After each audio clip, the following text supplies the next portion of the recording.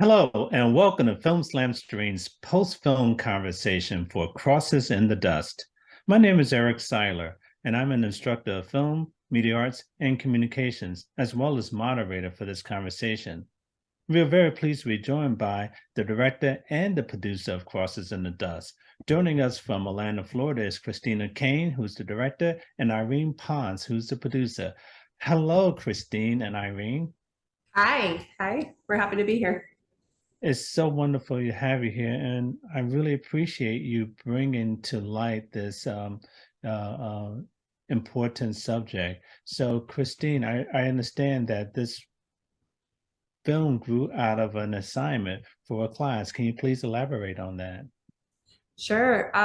So I work as a video producer for the University of Central Florida, and I work in our digital learning division. And so my job is to really translate face-to-face experiences for online courses. So Dr. Pons asked in March of 2020, asked if one of us could come along with her and document this experience for her students that couldn't come on her trip to the border, which was close to 100 students.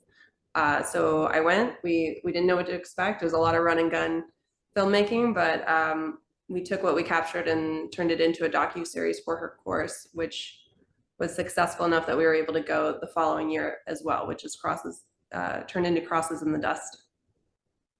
I see. So, Irene, did you know Christine ahead of time, or did you meet her as a result of making this documentary?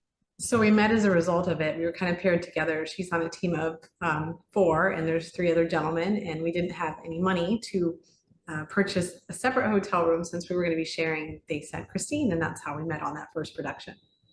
Okay, and the rest is history. So obviously you two have a great working relationship and making this come to light.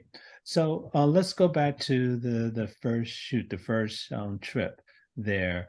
Can you give us a little bit of insight of what that was like and why we are now looking at episode 2?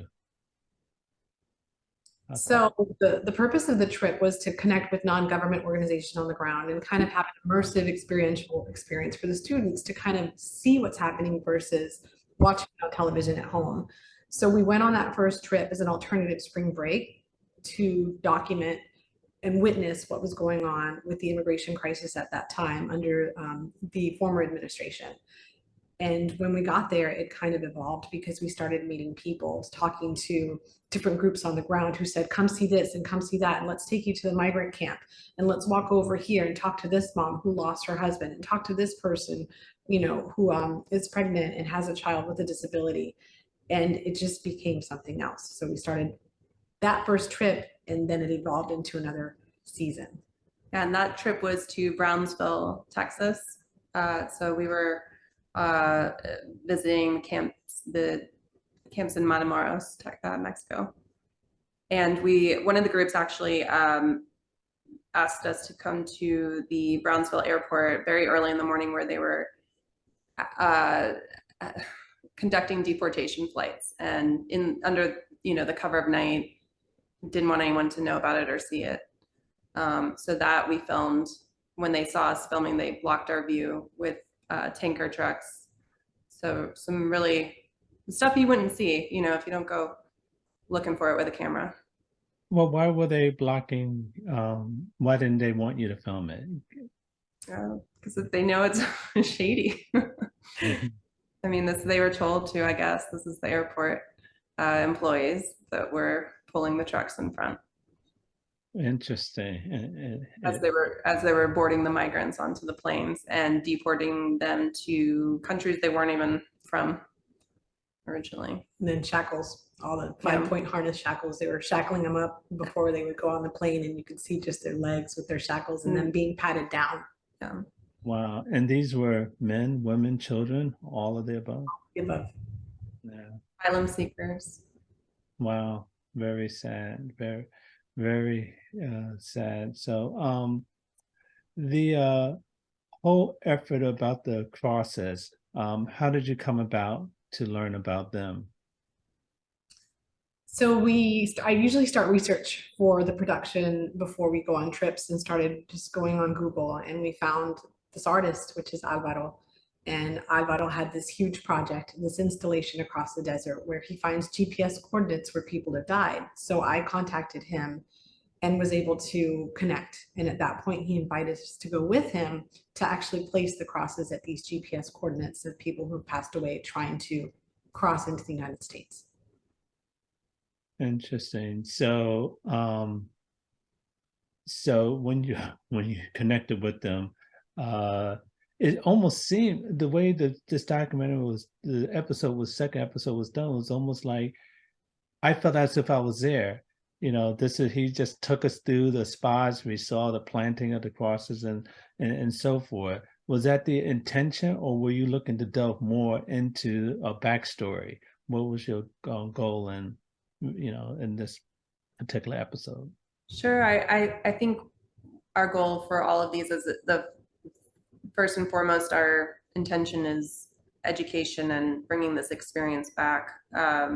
We wanted to show what our students were going through, or what their experience was that day. And Alvaro was able to give us, information as we went.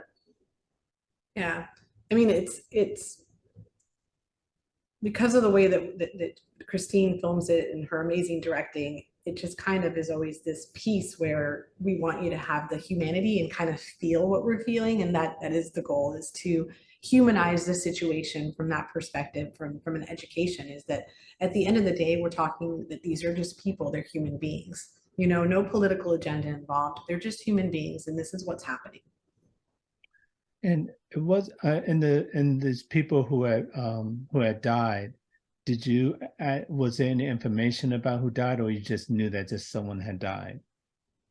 I think most of the time there's a name. There's at least a name. I mean, there are other groups that their purpose is to contact the deceased family and find out more about who it was. But there's a database that's maintained with GPS location coordinates for every migrant who's perished in the desert. And this is just one piece of that. It's an overwhelming number. He'll never be able to mark all of them in his lifetime. Right. And the whole aspect about removing the crosses and stealing them and reselling them, why is that? Is that people who are against immigration, or people being vandals? Can you elaborate a little bit more on that? Sure. So Arizona is somewhat unique in that they have a lot of militias, private militia, people that just don't believe in the cause or against immigration, that will go through the desert with their guns and take matters into their own hands. This week, actually, we got reports that after Title 42 ended, they actually went into the desert and started stopping migrants on their own and trying to arrest them. Interesting. Wow. Yeah, so these are people who, if they know what the crosses represent, and they're trying to destroy them and vandalize them. Okay. So the actual filming of this, let's talk a little bit more about the production itself. You were there over the course of your spring break, about a week of filming, and did it take place throughout the week, or just that one day? Elaborate a little bit more on that.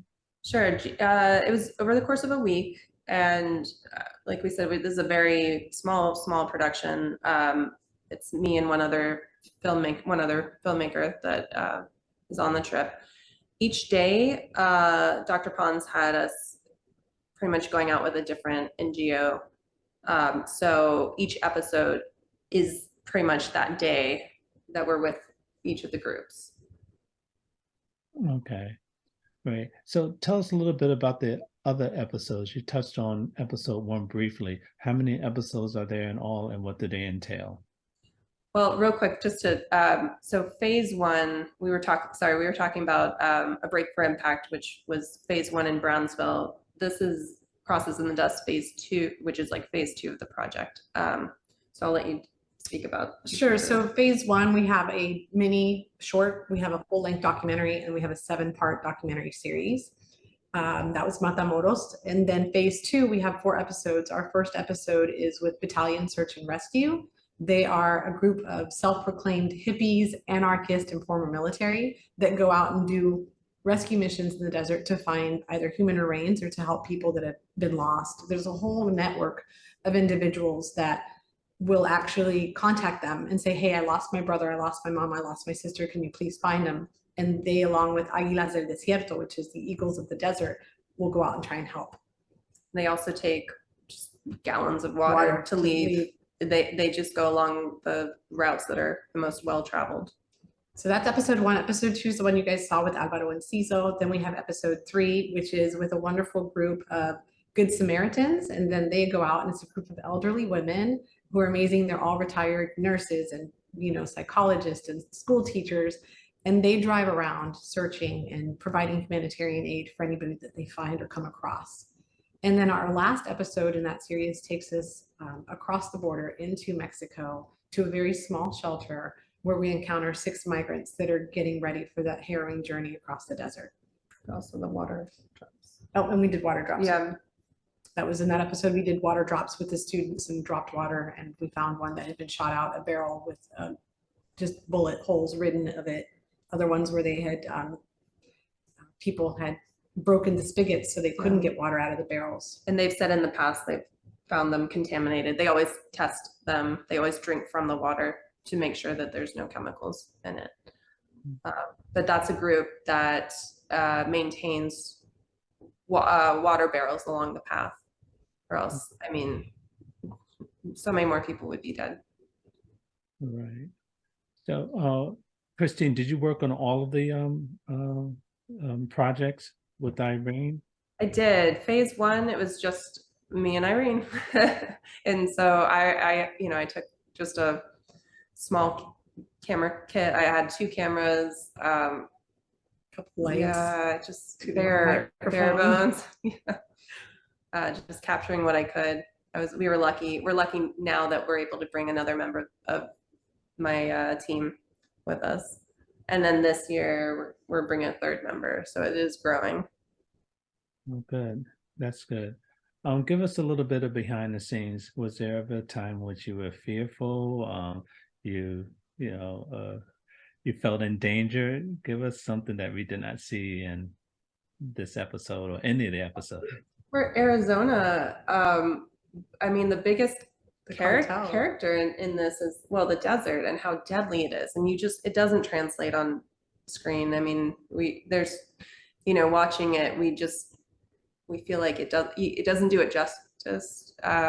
Just the way the desert is there to kill you, and just the moisture seeps out of your body. And I mean, there was one day we were on a 5-mile hike in the desert trying to find people or human remains, and one of our students almost succumbed to the heat and we had to stop, and we didn't know at the time. And so that was like a big, moment where you wake up and you're like, wow, this is, we've only been hiking for an hour and a half and she's already got heat exhaustion. I mean, it was 115 degrees that day, and we started at sunrise. The camera equipment was overheating. Yeah, that was an issue. I mean, we were always with groups that we didn't feel unsafe. I think we were worried about our students during that hike. Yeah. And that's about it. I think that we were always conscious, right, that the cartel is watching. And in one of the episodes, it opens up with, they're always watching. You're looking at the mountains and you're looking at the cliffs and you're looking around and it's their territory. Yeah. And in that episode, we stumble upon an old magazine for a semi-automatic weapon. And it had been rusted out, but it had the bullets still in it. It's from like a lookout point. Yeah, and it was a lookout point above the hill. Yeah. So he said, just when you're in that area, just know that somebody's already known and notified that the cartel that you're here. And when we brought water to Sasabe, they told us that it was a small town on the Mexican side of the border. They said you'll be watched the entire time we get there. Yeah. So we just made sure the students stayed with us, and just being aware. So did you ever encounter any migrants while you were on your and can you talk about their interaction with them? If you can't, I understand. And so we always try and blur their faces for their privacy and for their protection. I think that's something really big that Christine was a proponent of, and we always ask for them. So we did encounter a group of migrants and we didn't expect it. I think we all lost it at that point, and I don't think there was a dry eye amongst any of us It because was towards the end of the week, and we had already experienced, these desert hikes several times, and we knew we encountered migrants on the start of their trip and their journey through the desert, and we knew what they were in for. And a lot of migrants aren't really told just how far, or how far they have to walk. yeah, how far they have to walk through the desert, and what the conditions are really going to be like. So I think we were all pretty emotional just knowing what they were headed towards. Yeah, it was a really wonderful group of men who had hiked 2,000 miles from their home countries. They left their families at home and they just wanted a better life because where they were from, there was crime and the cartel was after them, and people were, their sons, two of them had children with them, their teenage sons were with them because they didn't want that life for them, that they would be murdered if they were going to stay home. And so they left all that behind because what was behind them was worse than at least that hope to have a better future. So when you encountered the migrants, did they ask you to help assist them get to where they're going, or did you just have to just interact with them and then move on? What They weren't asking for assistance, but every one of our students gave them this was towards the end of our trip, but they gave up everything they had to them: food, backpacks, hiking gear, water, electrolyte tablets. I mean, we just emptied everything we had. Yeah, first aid kits, everything. Yeah. Empowering them. Right. Now, on the opposite end, did you experience any type of come in contact with any type of patrol or cartel and had a conversation? Did that ever happen? No, not at the bar. The Americans at the bar, the lady, not really cartel. No. He's a Oh yeah, Border Patrol. We did come in contact with Border Patrol when we crossed the border, but they were very friendly. A lot of them were like, "What are you guys doing in Mexico? Why are you here? Why are you coming in? Why'd you go? Why'd you even go over there?" But it has been hard to find, people in Border Patrol that are able, not just willing, but like allowed to talk to us on camera.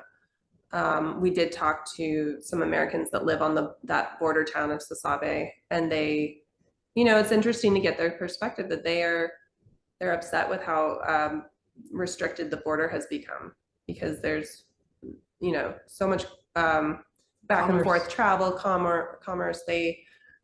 The American side has the only gas station for miles, and so I mean, she has someone that takes gas over, I think, but we were taking water over. There was no water on the Mexican side. And then just for liability, I want to say the migrants that we encountered were on the Mexican side. So we weren't out in the desert assisting, because can't assist them. You can provide humanitarian aid and first aid, but you cannot legally assist them in any other way, transport them. Right. Exactly. Yes, I'm glad you clarified that.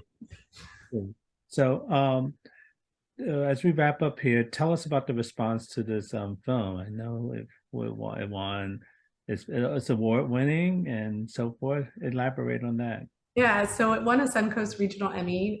Christina's director for one of the episodes we did, and we are continuing to do the series. We have phase 3 that's in post-production now, and we leave next week for phase 4 to El Paso.